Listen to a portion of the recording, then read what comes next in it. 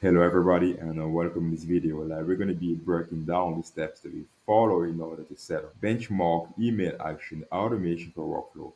This is one of our workflow apps that you're about to install within your agency and connect to your benchmark email platform and more importantly execute actions directly from your workflow.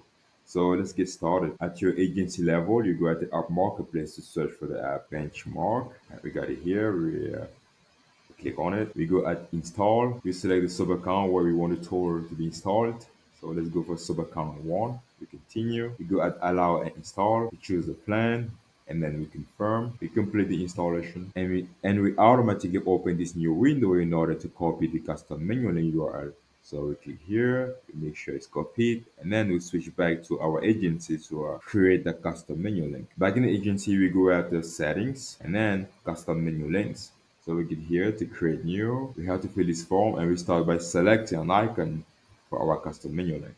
As you can see, we have different icons here. When you're done, you come here and you type a name for your custom menu link. How do you want to name your custom menu link? By the way, we decided to name our custom menu link Greg app. We scroll down and here we paste the custom menu link URL that we copied. This level, you select the account where you want all your tools to be available. And here you can decide whether you want to give access to a particular user or to all the users, access to all the information. And when you're done, you save. The next step is to the sub account in order to connect the tool to the benchmark email platform. So let's do it right away. Inside the sub account, we search for the custom menu link. I told you we name our custom menu link Greg app. So if you guys name your custom menu link, let's say my tools, you make sure you have my tools here.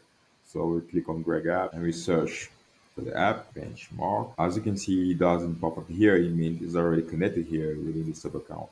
So let's go at the connected apps and we get benchmark. Now let's pretend that it's not connected yet, okay? So I'm gonna show you how to set it up.